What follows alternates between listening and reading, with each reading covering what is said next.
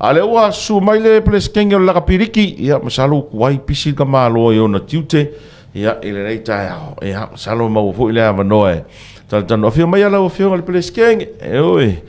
ia o le Lakapi Liki no wa vale ia ile nei tai ao pisi lunga la wala ia le ua faftai le ua fio mai ia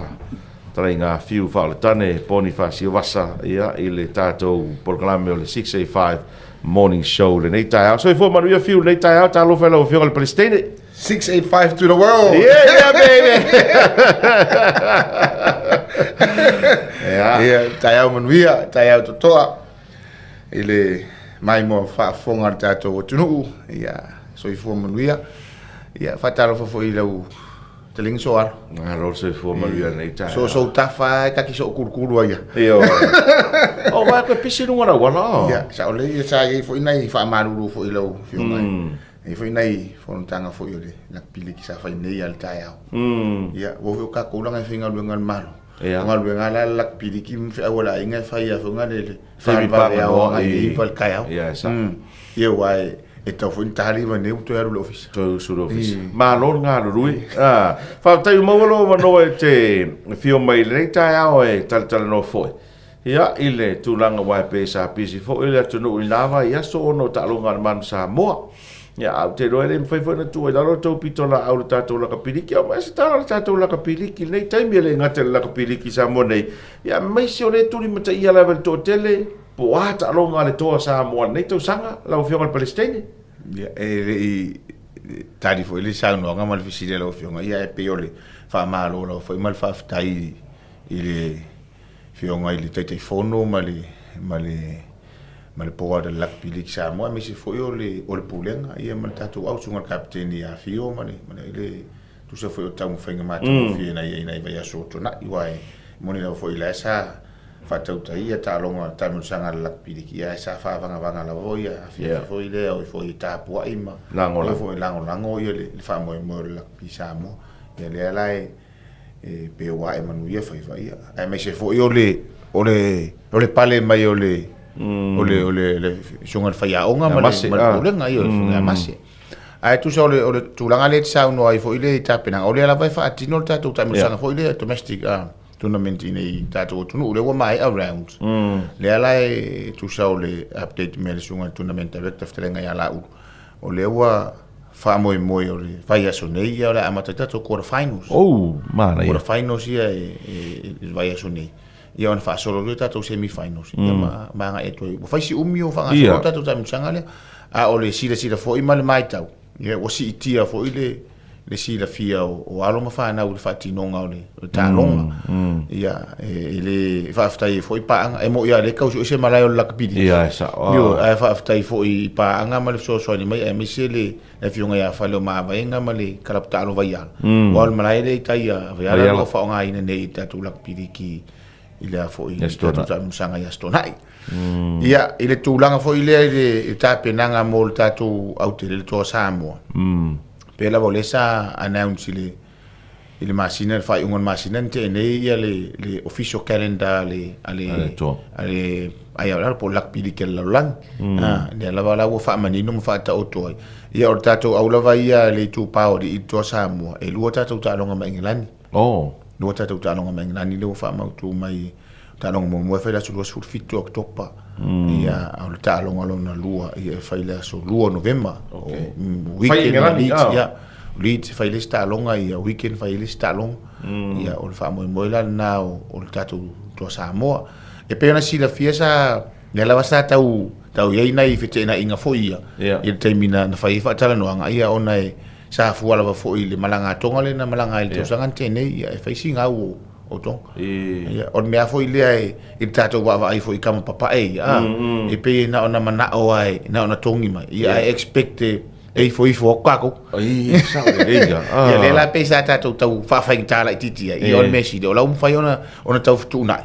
e ma mo Messi na so ani e so ani foi tato ia sa idinga mo le fa mo wai le fa pe oni mea e fai fua fo ile ma te tupu a o tatou aula ta mai tai es pato le Pacific Championship fo ile le sa amata tau sanga tene o talonga la yesa fai Papua le la me fai fiti Oh, mana ia. io tama matene pe la le Pacific pole na ia fiti ia o Papua ma Cook Island le tu paori le la me uma mai ale le vaenga na o tamu sanga fai fiti Okay. ia le la vero foi la matene e tatou le fetu ia o Tonga ia o fiti ma Cook Island ma tu foi la so alo e fo lele I qualify tatou o tene le World Cup Ia. a le lua o lua ono le ua fata o to e fai fata si le World Cup ali ia mata mai tai Mana ia. ia o le ala o fa mo fe o talonga le tausanga nei le fai fiti the Pacific Championships it's also saves as a qualifier o se le la fa mo sa ide le ava noa mo le on sa fanga tu le pol lang tamai tai ia wa I tu pala ve tamai tai au ia le ta alo fiti tu sa na o PNG le au le qualify ia o Tonga Samoa ma fiti ele qualify uma Okay. ia fua I le tam fainga foi le tatu au fitu tau sangantene ia la na maulunga foi le tam fai ia al me mautino ia o la si tia mo foi tam fai au ma tu me se tu pa tamai tai wa le tam fai se la to wa no ile pol la Wa fe tonu le fai talonga ia fiu. Fiti ma Engelani ala toa. o ke topa le fa mo o talonga ia tamai tai le fa mo la so suru iwa o ke topa matal tu no mene le fai fiti le mtatu au fitu ia o tatu talonga I England o le aso lua se furu fitu o ke topa tatu talonga mo le ma England le fai weekend Ese mai talonga ia Engelani e ni si talonga le toa nei tau sanga. ia man tu foi so alo e o ni talonga wai o le tele fo ia o conditions I o ia inga fo ia I tu tonu lava ia o Lakapi o ne ia inga uma all for the safety o tam alo wa man tu ala le pe o le tatu Lakapi le wo uma le Super Rugby Ia, sa. ma foi lava no e malo lo I tam alo Ala ia lua le na. le halua Ko e valu vai. ia ko sai tu la fono lava ia fo I le collective players agreement I tonu Australia e me se foi le Players Association na o le tolua the maximum o le tolu test matches me faina ta alo tam ta alo I le tausanga Ile tau sanga. I le tausanga Ia. wa foi da le fu le ta alo tausanga a toa le ta alo ia me foi la nai ta si foi na va e consider te me fai ia negotiations foi ia wa foi o le na e ta si foi na va la foi ave le tausanga pe ma fai ona tau fa pu le si na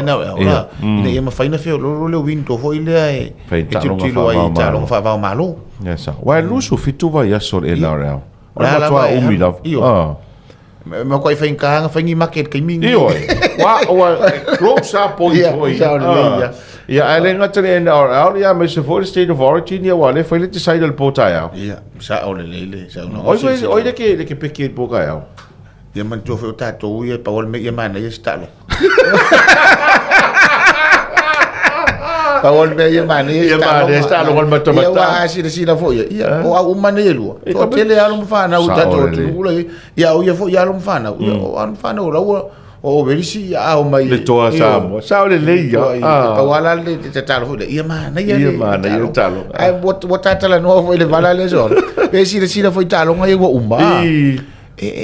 tu atangia le winga Samoa o tatu tama ia pe ta alo I Queensland pe ta alo I South Wales ia kama I me pu o ku pu ko te vai tu la ile nganga ngai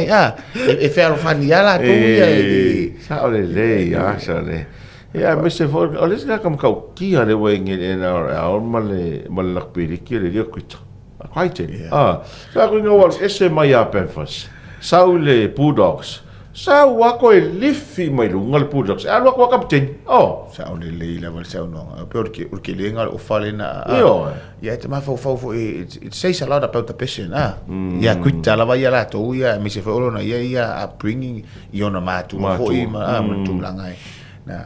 sa o ke le o fale o avatu ke le ma fa le o captain ala hampoa sa le te mana tua so alo le tau sangante ni ke mi le ka fa ofi me kuita ko le state of origin sa o la spea ya micho o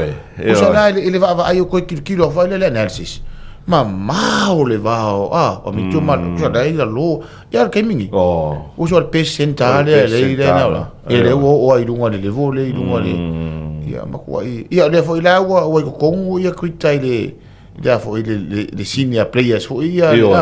al state of origin ko ke le lo nga me lo pe o tu tau sanga fo ia o le fa taina ile tu fa tai fo ina ia lo ma fa na o al tato wo tu ia e moni ia e le to inga anava masani fo ile tato ona o tamiti ile ta ale fa fo tu lo ia o le nganga la ia ele fa pe o la va ta ave le tu no uma le fu o Samoa e se nga man tato le tio 6852 da wo ele se ku ia wale o ta vaso wa pe o ile si o te mana tu ale le temi fo ina mato wa tu ile tau sanga teni le lau il tato malanga le kalonga le di mas furungi si la le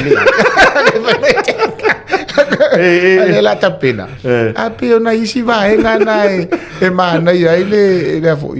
te wo pele lo to sa no anga le fionga te mai palmia ina wa ia to sa no ile vala le tau mo fenga na ile tato au ma va ai atu lunga TV ma lunga o penga ta fa ilangi 6852 da wo ole sa ta hua fo ia o na misi fo io tamari isa tau mo fa mai peira le fionga ia Talanoaga ia sua ia me se fo io tu le tufunga ma la to fo ia te mi sa tau ave mai ai le sa le Lakapi ia wa fa ma wina fa ma wina tala fa so pito o te no Talanoaga su ma Talanoaga su o Vasa se ma vai tuni e ma to fo il melenga ia inga pisi o marco ke le ga ko Lakapi ngeile o ke na singa mal ka mo fa ngai tu va ta sia le homecoming fo ile le fa parading kai ka voi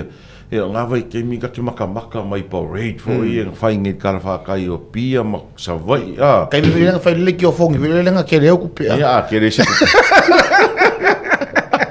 o ka ko ya lunga ngal Vasa ke ngi ka ke maka fo le lunga le wa ka ngi me le parade to sam so le bolo ko vai ko so le ele ia sa o arka lo voi le suo nga parade la lo langi so ko o i Vancouver ka nga parade wa maka o kia so le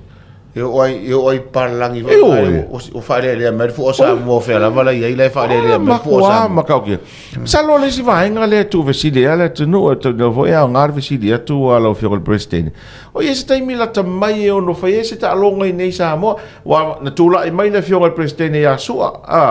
ia sa fai ta longa al to Samoa la pipa ma fit en fai ina yo ia ale fai mai nga polofiki kasi kala polofiki ale ala ke vesile ku no kai mila we mai e se tai mila ta mai fai se ta longa le to ala pipa ole fa mo na le yai pa pena na ta o foi ta se vai nga sa to ai ni ta ya na i foi na i fonta nga foi ni se panga ia ole fa mo ai ia o tu tau sanga fo wa ai le yo ole i po lo lang o ma fai ona fai me se ta longa ta tu i nei ele nga ta ta tu au lava ia o le sisele le na e se fia fo ile wa ia ta longa fai fiti e to sanga fo ia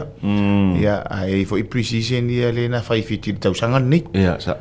ia on me foi lana le tau ma fai lava ia i se taimia ona o fo ile i lunga le tatu malo ma wai pe o ina lava le fa taimuanga o me uma ia inai taharo sanga fo ia wai o le ile nganga e me fai ona negotiate ia tatu titiro fo tatu facilities ia me fai ona na upgrade fo ile ia meet ia minimum standards so me sai facilities host international events ia ole fa mo na ele ngate me fai tatu ta longa i nei tatu to Samoa mali fitu ia me fai ona to so mai ia ole ole ia i fo ia le pending ia le proposal fo ile ai si franchise ia le fa off e tau expand ia le ia au tonu le na ia ole ala fo ile ia ngai franchise le behind nei tato e tau ma fai te pe o vai ngale mo na Pacifica ia na tonu la o fa mo la na ia ina ia afa pe e tau la o fa mo e manu ia no ngata sina va no ai e ma fai ai ona awai e fa au Sofia fo imo nga luanga le tato tu e me si along fa na o le ia e vai ia kule ka mo i te ro mu ai ma yo Steven Quite ia ai se le wori e pe sa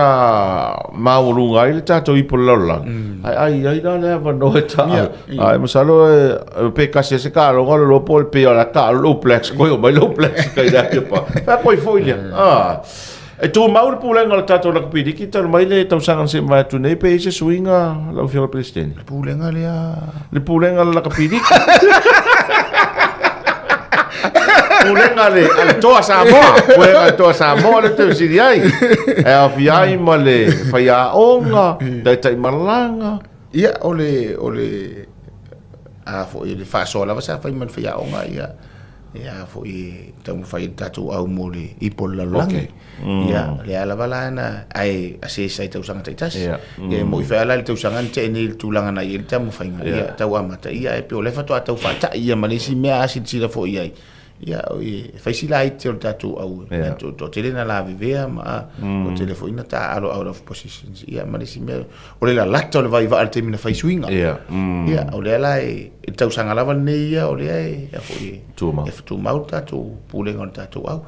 ia lo fai da fo ifso ta inga mali sunga fai a onga ma te tai maranga ora la fai fa nga luenga ia vai sta itasia le la vetala no am fa so fo ima na uso ia tam ta alo ia ma fa mo fe tau fa tu langa le ia fo fa i ngor tau sang ia le to finga ho lo fai lo tu ai pet pa ona to finga va tu nei o tu maul fai lo tu po ese swinga le foi la e i all time e final life sai ale ala vai tu mau la vala tu ala lo le fa me ku disco in oi le eso que foi le video so fa mo o fa ku ko ya fa wa ya o salap so que o la vale fa ma winna o man ko foi la Congo studio ma uma piso plena eso ia malesi me langa o tele foi la wanga va ia sa tele la wanga va ia wai pe foi la o ia nga va foi ia wai ia tank va foi tank wai o foi lo no pulo foi la fa ma que lo pu fa ma un pe o que lo fa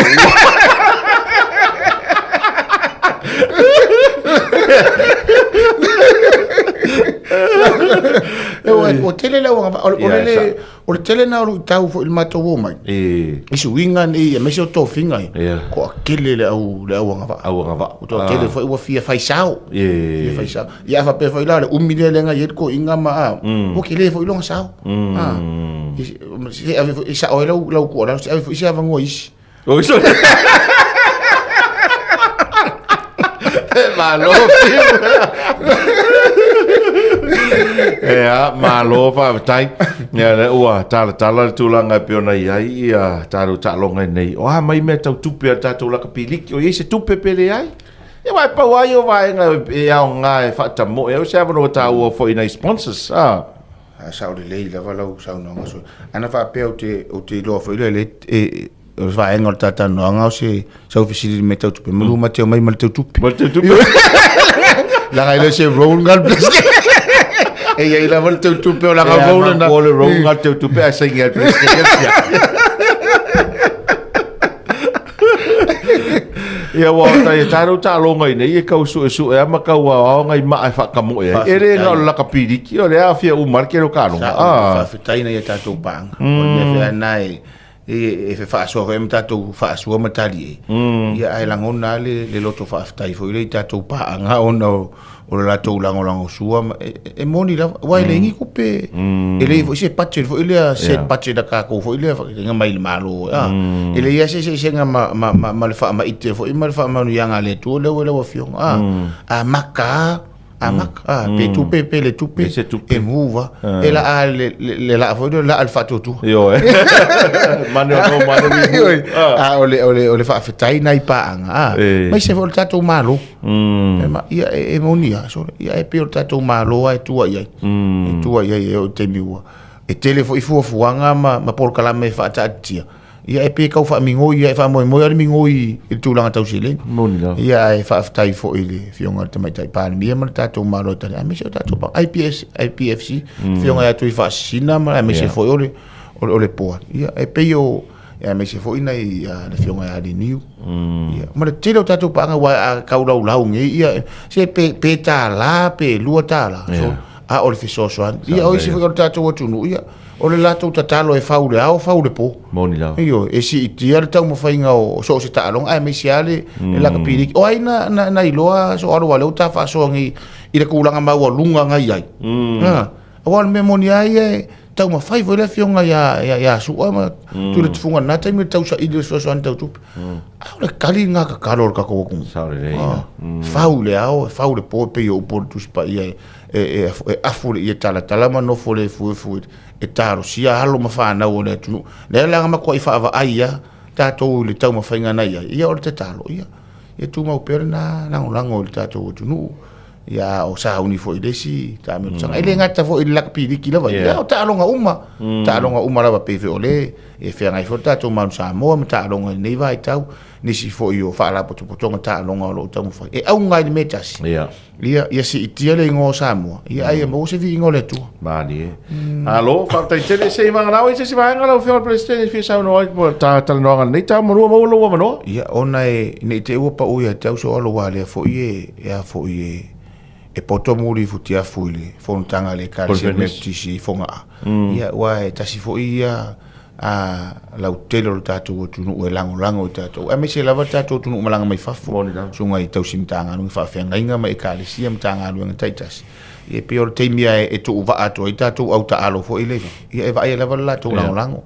ia o se tupe ia o se mealo fa o se fa malo se fa malo si o se fa manuanga